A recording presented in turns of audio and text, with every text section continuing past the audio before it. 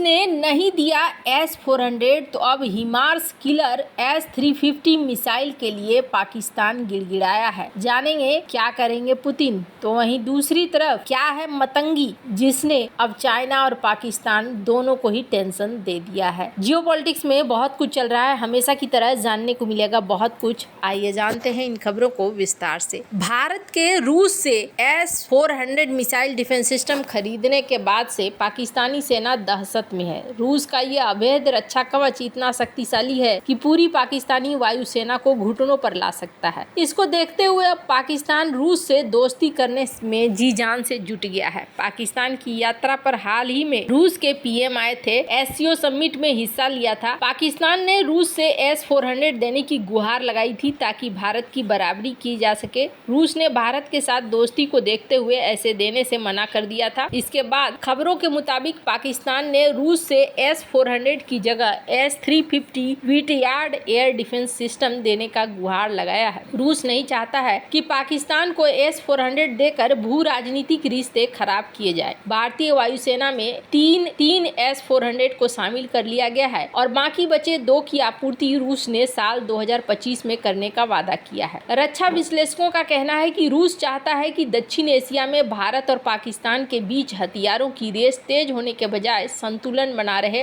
S-350 रूस के S-400 की तुलना में उतना शक्तिशाली नहीं है, लेकिन फिर भी काफी प्रभावी माना जाता है। S-350 विटियाज की रेंज 60 से लेकर 120 किलोमीटर तक है। इसमें मध्यम से लंबी दूरी तक मार करने वाली सरफेस टू एयर मिसाइलें लगी हुई है। इस एयर डिफेंस सिस्टम में इतनी क्षमता है कि वह कई लक्ष्यों को एक साथ ट्रैक करके उन्हें नष्ट कर सकता है। इसमें मिसाइल से लेकर फाइटर जेट तक शामिल है। रूस अगर पाकिस्तान को यह एयर डिफेंस सिस्टम देता है तो इससे उसकी हवाई सुरक्षा कई गुना बढ़ जाएगी। इससे S-350 का सीधा मुकाबला भारत के 400 से होगा। रूस ने अपने S-350 एयर डिफेंस सिस्टम को यूक्रेन के कब्जा किए हुए इलाके के अंदर तैनात किया है। रूस का दावा है कि उसने अमेरिकी हिमार्स रॉकेट सिस्टम को मार गिराया है। पाकिस्तान अभी चीन से मिले एयर डिफेंस सिस्टम पर भरोसा करता है। चीन के ये सिस्टम प्रभावी तो है, लेकिन उतनी सुरक्षा नहीं देते जितनी की S-400 देता है या S-350 दे सकता है। पाकिस्तान के पास अभी अंजा सीरीज के कंधे पर रखकर दागे जाने वाली मिसाइलें, चीन का HQ-9P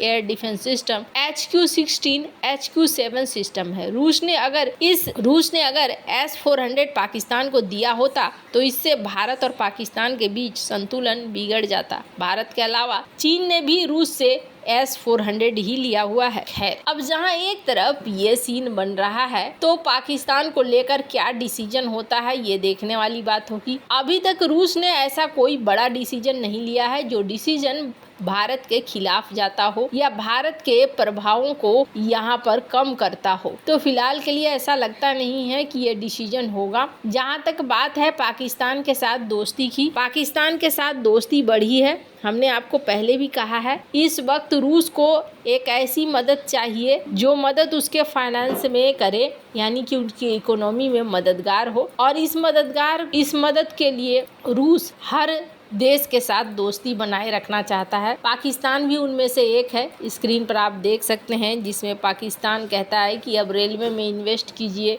इस पर आगे बढ़िए, इस पर बात करते हैं। खैर, जहां एक तरफ ये सब कुछ चल रहा है, वहीं दूसरी तरफ स्क्रीन पर एक वीडियो देख रहे हैं। राजनाथ सिंह ने एक ऑटोनोमस सरफेस बोट मतंगी को छोड़ा। देश में निर्मित पहली ऑटोनोमस सरफेस बोट मतंगी ने शुक्रवार को एक नया रिकॉर्ड स्थापित किया है। इस बोट ने बिना किसी चालक के 600 किलोमीटर का सफर तय किया। सागर डिफेंस कंपनी द्वारा बनाई गई इस बोट ने मुंबई से तमिलनाडु के तूतीकोरिन तक की दूरी पूरी कर ली है। इसने पहले पड़ाव में इस बोट ने 600 किलोमीटर का सफर ऑटोनोमस मोड में पूरा किया। इस बोट की खासियत है कि इसे चालक के साथ और बिना चालक के भी इस्तेमाल किया जा सकता है। रक्षा मंत्री राजनाथ सिंह ने दिल्ली में स्वावलंबन 2024 प्रोग्राम के दौरान नौसेना के सागरमाला परिक्रमा को हरी झंडी देकर रवाना किया। इस प्रोग्राम में बिना चालक दल का ये बोट भी शामिल था। इसके नौसेना में शामिल होने से नई ताकत मिली है। भारत सरकार के रक्षा क्षेत्र में आत्मनिर्भर बनने की दिशा में ये बड़ी उपलब्धि है।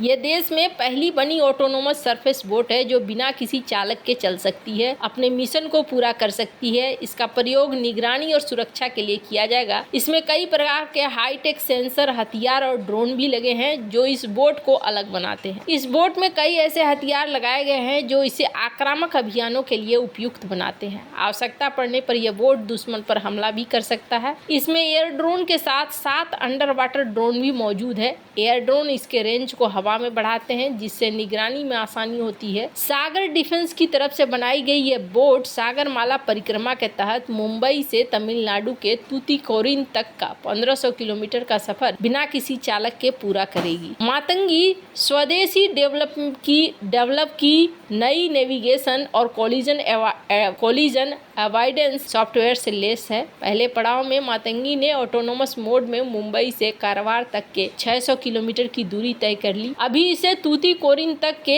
1000 किलोमीटर की दूरी तय करनी है। दुनिया बहुत तेजी से बदल रही है और बदलती हुई दुनिया में जो आगे नहीं बढ़ेगा वो पीछे रह जाएगा, यही वाला सीन है। आपको बता दूं, रोबोटिक्स और ऑटोमेटेड सिस्टम के क्षेत्र में हथियारों की होड़ चल रही है। जहां मानव रहित हवाई वाहन बनाना हावी है तो वहीं समुद्री क्षेत्र में मानव रहित सतही जहाजों और भूमि क्षेत्र में मानव रहित जमीनी वाहनों के विकास और परिचालन तैनाती में उल्लेखनीय उछाल आया है। दुनिया भर की सेनाएं इन टेक्नोलॉजी में पैसे लगा रही है और ये पता लगा रही है कि उन्हें किस तरह से रणनीतिक रूप से इस्तेमाल किया जाए। जैसे कि अमेरिकी नौसेना का टास्क फोर्स 59 अलग अलग ठेकेदारों के स्वामित्व वाले संचालित यूएसबी का प्रयोग कर रहा है। हालांकि अधिकांश काउंटर आरएस सिस्टम और योजनाएं केवल हवाई खतरे का मुकाबला करने पर ध्यान केंद्रित कर रही है। अपवाद ऑस्ट्रेलियाई रक्षा मंत्रालय है जो सभी रोबोटिक और स्वायत्त प्रणालियों को संबोधित करने के लिए सार्वजनिक रूप से रणनीति प्रकाशित करने वाला पहला रक्षा संगठन है। संचार और स्पेक्ट्रम उपयोग की कमजोरी को देखते हुए अब CRAS सिस्टम विकसित करने का समय आ गया। RF डिटेक्शन जियोलॉजिकल संचार ब्लैक होल का कमजोरियों का फायदा उठाकर महत्वपूर्ण क्षमताएं प्रदान करता है। काउंटर रोबोटिक और ऑटोमेटेड सिस्टम क्या है? कोऑपरेटर एक साथ मानव रहित प्लेटफॉर्म का उपयोग करना शुरू करते हैं, जैसे कि